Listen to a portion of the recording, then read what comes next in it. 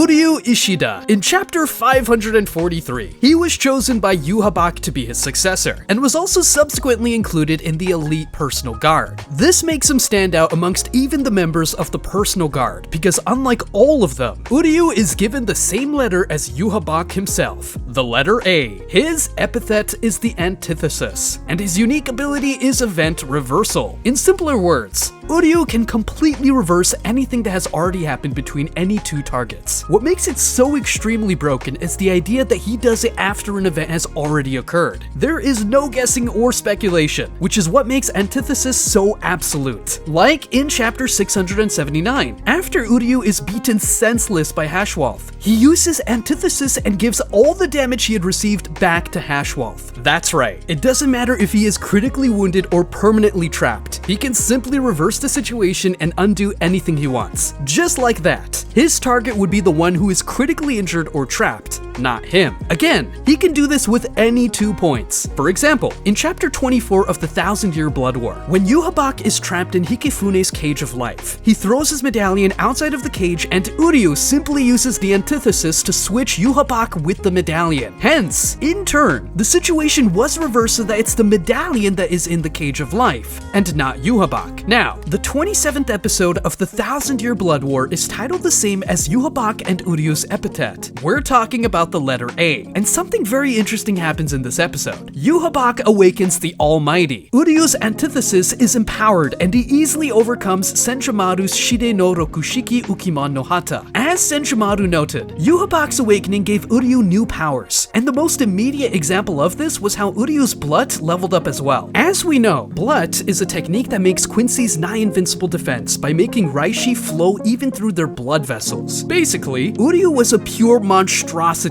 even before this episode, but Yhwach's awakening gave him the kind of Zenkai boost that finally put into perspective just how broken Yhwach and his elite personal guard are supposed to be. Do note that this power-up happened 2 episodes after Yhwach had already redistributed energy from the other Quincies, who were deemed unnecessary to his elite guard. Although there are other members of the Stern Ritter whose abilities are theoretically just as powerful, Uryu is the only one who had the honor of being labeled Yhwach's successor. As for why Yhwach chose him, the answer was given to us in chapter 679. Hashwalth told Uryu, and I quote, "Perhaps you are the only one who can challenge His Majesty's power. The ability to reverse anything that has happened is absolute in the sense that it can also reverse anything done by Yhwach's Almighty. Though do keep in mind that this doesn't make the Antithesis the most powerful ability. It's just that out of all the abilities that the Stern Ritters came to possess, the Antithesis is the best at countering the Almighty. To put this into perspective, Yugdam Hashwalth's balance isn't worse than the Antithesis. In fact, the balance may be a better ability overall. Yugdam Hashwalth is technically not a part of Yhwach's personal guard, but it'd be unfair to not talk about him because after all, he is the closest thing to Yhwach. He is Yhwach's other half. He is the only other Quincy besides Yhwach himself to possess soul distribution powers. Plus, whenever Yhwach is asleep, Hashwalth acquires the Almighty. As for his own ability, it is the B. B for the balance. You see, this man has the power to quite literally redirect misfortune. He can take someone's bad luck and give it to someone else. If someone somehow manages to beat him senseless, Hashwalth can simply redirect the bad luck of getting his ass beaten back to the opponent. Now I'm sure all of you have had this question before. Isn't it similar to Antithesis? Well, in literal terms, the difference is that while the Antithesis can reverse anything that has happened, the balance can take an opponent's good luck and turn it into bad luck.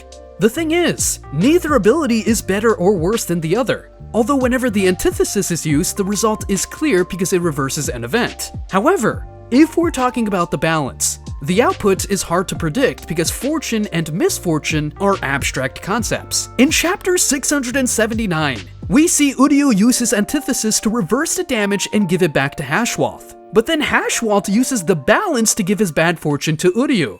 Just like that. Hashwalth's damage reverses while all the damage falls onto Uryu in the form of misfortune. Though this is more because of how Uryu was a bad matchup for Hashwalth.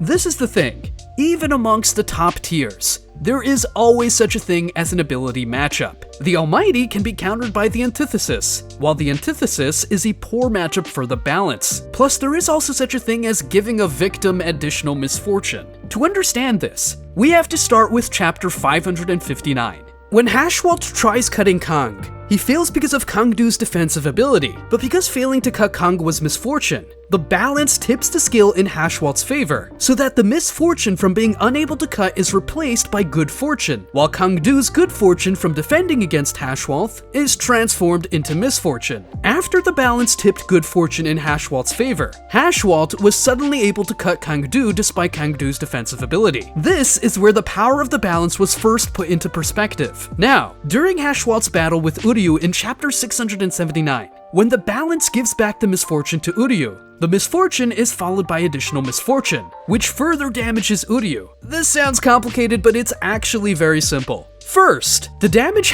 Walt experienced was misfortune. He swapped it with Uryu's good fortune and gave all the injuries to Uryu as misfortune. But we have to keep in mind that Uryu being able to hurt Walt in the first place was also good fortune, and Walt being hurt was misfortune. So not only were the injuries given to Uryu, the good luck of hurting Walt was also given back to Uryu as further damage. If we get into technicalities, this is the difference between the balance and the antithesis. The antithesis is about reversing events literally, while the balance isn't about any particular event. It is about good luck and bad luck as a whole. Though much like the antithesis, the balance is also just as useful on inanimate objects. In the 25th episode of the 1000-Year Blood War, after Yhwach is freed from the cage of life thanks to the antithesis, we see Walt use the balance to convert Yhwach's good fortune of leaving the cage into bad fortune for the cage itself. This results in the cage breaking apart. Like Yhwach, Walt has soul distribution powers. In fact, as mentioned before, he is the only other Quincy to have soul distribution powers. This is why he became Yhwach's other half. As stated in chapter 565, the two of them became two sides of a balanced scale. In chapter 630, it was mentioned that Walt gets Yhwach's powers when the latter is asleep. Though let me also add that in chapter 672, Walt declared that his balance is actually better suited to combat than Yhwach's almighty. All of this only adds to Yhwach Walt's pedigree. Though it's worth noting that as mentioned in chapter 675, Walt cannot change the future. He can only use the Almighty to see the future. Finally, we don't know for sure if Walt has a Quincy Vollständisch or not. Perhaps the anime will answer this question, but it's still pretty impressive how invincible he is even without one. Of course, Uryu and the other four members of the Schutzstaffel do have a Quincy Vollständisch. And speaking of the other four members of the Schutzstaffel, we have the X for Xaxis, Lille Barro. Lille Barro is the leader of the Schutzstaffel, and he is also the first Quincy to ever be bestowed with a shrift by Yhwach, which means he is the first Sternritter. Now, as you can expect from the leader of the elite guard, Lille is almost unreasonably broken. His power, the X-axis, is about spatial piercing and spatial phasing. It's about the ability to pierce all things that are in his sight. Imagine shooting a bullet and it is absolutely 100% guaranteed to ignore everything else and hit the target. It cannot be dodged, countered, or evaded, and it is fundamentally impossible to block. He has even shot through the Royal Guard, and the crazy thing is that this is just half of what Lille can do. He keeps his left eye closed to give his opponents a chance. In chapter 646, he mentioned that he only uses both of his eyes if an opponent forces him into opening his left eye 3 times in a battle. As for what happens when he opens both his eyes, he becomes the true essence of the X-axis. He does it by applying the ability on himself. Just like that, he becomes like his bullets. His body itself becomes able to pierce through any enemy attacks, just like how his gunshots can pierce through anything to reach the target. Lille is so confident in his ability that he has openly declared that no weapon can kill him when he is locked in. Now, we know that Yhwach called Uryu his successor, and he called Walt his other half. What do you think he called Lille Barro? You see, Lille Barro is Yhwach's greatest masterpiece. Nah, just kidding. Yhwach never calls him his masterpiece. Although Lille does refer to himself as His Majesty's masterpiece, and to be fair, it somewhat makes sense because after all, he is the first to ever receive a shrift from Yhwach. Chapter 646. Finally, we have Lille's Quincy Volstendish. It's called Giliel, which pretty much means divine judgment. Rather befitting, if you'd ask me. Of course, much like the other Quincy Volstendish, Giliel allows Lille to absorb massive amounts of reishi, to fly, to use a spirit weapon, to enhance their shrift, and to also enhance their spiritual awareness. But the reason why Lille's Giliel is special is because unlike the others, it has a second form. In chapter 649, when Lille used this form, he immediately regenerated all of his body parts, even his head. In addition to this, Lille also gained special moves like fire waves of energy from his hands, or generating nukes out of light. Or there's also Trumpet, where Lille conjures up a massive trumpet out of reishi, and uses it to fire what is basically a nuke made of reishi. There is no other way to go about it. Lille Barro is simply built different. Though speaking of elite guards who are built different, it doesn't really get any higher than those who are quite literally parts of the Soul King himself. Next is C for the compulsory. We're talking about the left hand of the Soul King, Pernida Parnkgjas. He is one of the only 2 members of the Stern Ritter who didn't drink Yhwach's blood. This means that Pernida's ability isn't something that was granted by Yhwach's blood. It is something that the Soul King's hand has always possessed.